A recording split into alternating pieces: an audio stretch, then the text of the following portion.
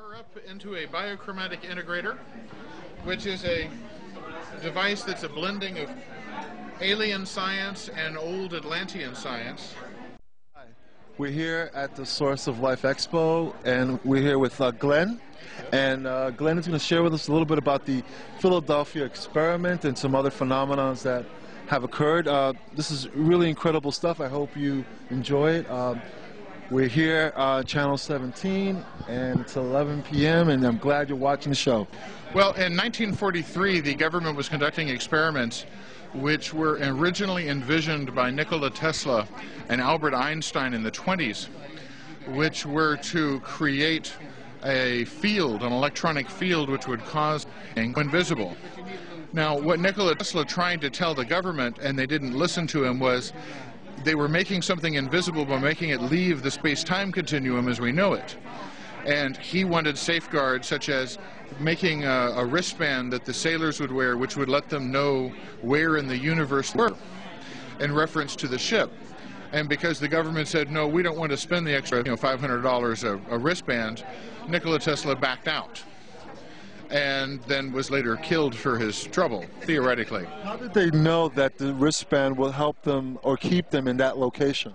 Well, basically what the wristband was designed to do was to maintain the 0 point of the person's consciousness on board the ship. See, when the ship left the space-time continuum, what would happen was the ship would become the universe for that person. And that's what the wristbands would allow the person to know.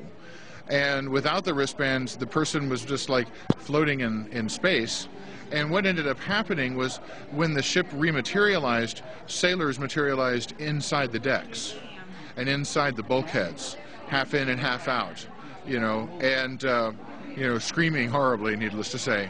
Also, the energetics of the situation caused some sailors to freeze and others to burn from the inside out. And as a result of that, what ended up happening to the ship was it teleported to Norfolk, Virginia. But it was missing for several days. And that's where the Montauk Project comes in, which supposedly took place out at Montauk Point in an old abandoned Army Air Corps station, which was then given over to the Air Force, which was also one of the sites where Nikola Tesla had been digging tunnels for one of his free energy programs. Well, basically, at the Montauk Project, they were conducting experiments in time, and they weren't paying attention, and their big experiment took place on the same day at the same hour as the Philadephia experiment had 40 years earlier. And so what ended up happening was the ship was sucked into their space-time nexus, and two men fell off. And then the ship went back was teleported to Norfolk, Virginia. And one of those men was Al Bielek, who's, I believe, doing a workshop at the moment, who's with us here today, as well as Duncan Cameron. And So time travel does exist? Oh, absolutely, and the government's been doing it since the 30s. How would you get more information on that, on time travel in itself? And could individuals time travel without a machine or a mechanical apparatus? Well, a gentleman out of California named Nick Nocerino got the entire file on the Philadephia experiment out of the Freedom of Information Act. But the thing is, although all that information is supposedly available to the public, they change the codes by which it's filed every day. So unless you know the code that day, you can't get it, and it takes about 48 hours to get the codes for a file for the file. So basically what happened was Nick Nocerino went to some of the far viewers that were trained by the CIA and said, "What's the file number for this?" Got it, walked across the street, punched it into the computer, got the file, walked out. And it included pictures of everybody, including Al Bielek and a variety of other people that had said they were involved but couldn't prove it because their minds had been wiped by various government agencies. Well, they said he was the station manager. And basically what the project was about, it was about originally making, exploiting the resources that they found buried under Long Island in the form of a pyramid that they found, which was one of the Atlantean temples. And they had to use some sort of a sonic key to open it up, And after they had opened it up, what they ended up finding inside was the technology that later went into CDs, the technologies that went into surface barrier transistors, which are still not allowed to be produced for anything other than military purpose in the United States, even though they were supposedly invented in '71, and a variety of other technologies. Do you know the location of this pyramid? Well, it's supposed to be about a mile down underneath Montauk Point.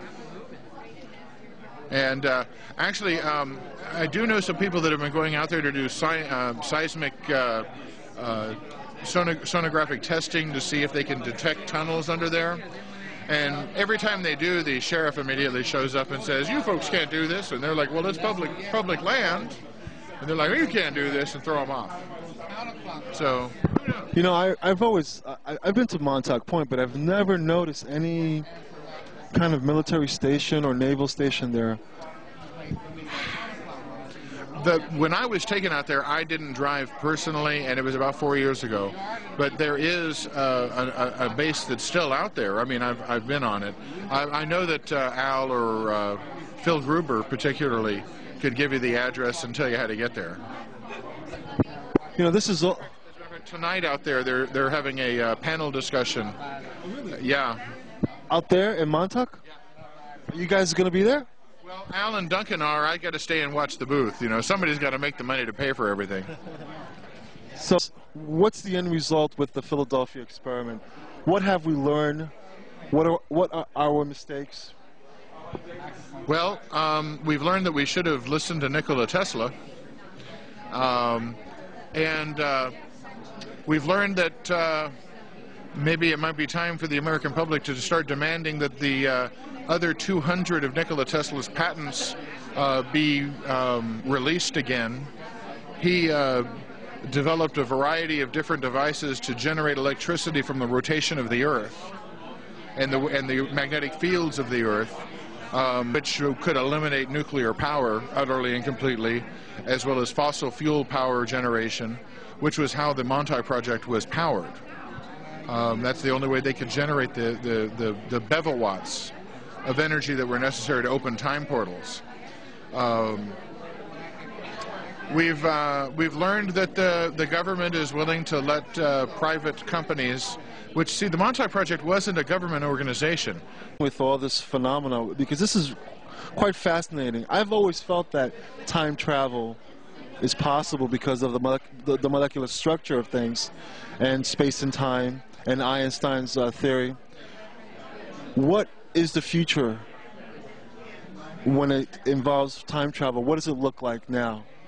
Well, I hope that there isn't much of a future, because every time we go off into the past, we create alternate timelines, which stresses reality today.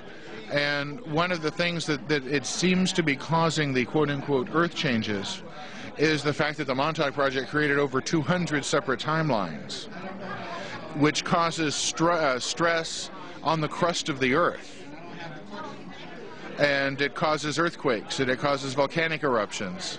It could cause the axial tilt of the Earth. And in terms of traveling into the future, I don't necessarily know that it's really needed. We've got too much to do in the day, in the present moment, to worry about the future or to be going off into the past, because we've proven you can't change the past. Because every time the Montauk Project went off into the past to change things, all they did was create another timeline that ran parallel to our own, and those people couldn't get back to us, and we couldn't get to them. Although there does seem to be, there were... Well, thank you, Glenn. You know, this is a really fascinating educational situation with the Philadephia experiment and the Montauk experiment. I'm really glad that you were able to share it with me and with the viewers.